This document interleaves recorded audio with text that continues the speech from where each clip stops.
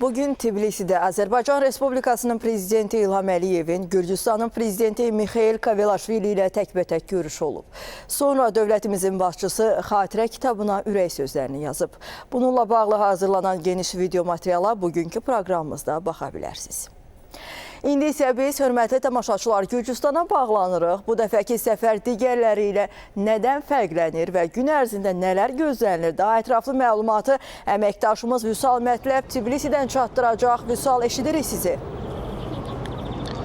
Xoş gördük. Bəli, artıq xəbər verdiyimiz kimi bugün Prezident İlham Əliyev Gürcüstana dövlət səfərinə gəlib və bir qədər əvvəl Prezident sarayı qarşısında Azərbaycan liderinin rəsmi qarşılanma mərasimi oldu. Dövlət səfərləri siyasi liderlərin, dövlət başçılarının səfərləri sırasında ən ali statusa malik olan səfər kateqoriyasına aiddir. Bu səfərlər bir neçə kontekstdə xüsusi vurğu eləyir münasibətlərə, münasibətlərin ən ali səviyyəsini nümayiş etdirir, eyni zamanda xüsusi qarşılanma və xüsusi mərasimlərlə yadda qalır və sənədlərin ya mübadiləsi, ya da imzalanması mərasimləri gerçəkləşdirilir. Azərbaycan və Gürcüstan arasında siyasi dialoq yüksək səviyyədədir, eyni zamanda əməkdaşlıq müxtəlif sahələrdə inkişaf etdirilir. Ancaq iki istiqamət xüsusi yer tutur, bu enerji və nəqliyyat istiqamətləridir.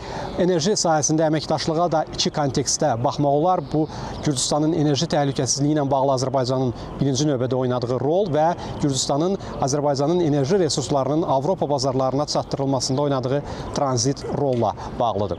Nəqliyyat məsələlərinə gəldikdə isə orta dəhliz, hər iki ölkədən keçən orta dəhliz bugün böyük İpək yolunun bir parçasıdır və bu sahədəki əməkdaşlıq həm iki ölkəni bir-birinə bağlayır, həm də hər iki ölkənin geosiyasi rolunu müəyyən edir. Tərəflər arasında bu vaxtadək 120-dən çox sənəd imzalanıb, ancaq dediyimiz kimi enerji sahəsi ilə yanaşı, nəqliyyat sahəsi ilə yanaşı müxtəlif sahələrdə əməkdaşlıq perspektivləri, imkanları var, yeni çağırışlar var və bu səfər, bugünkü səfər iki ölkə arasında əməkdaşlığın yeni istiqamətlərini realizə etmək, yeni imkanları realizə etmək baxımından yüksək qiymətləndirilir.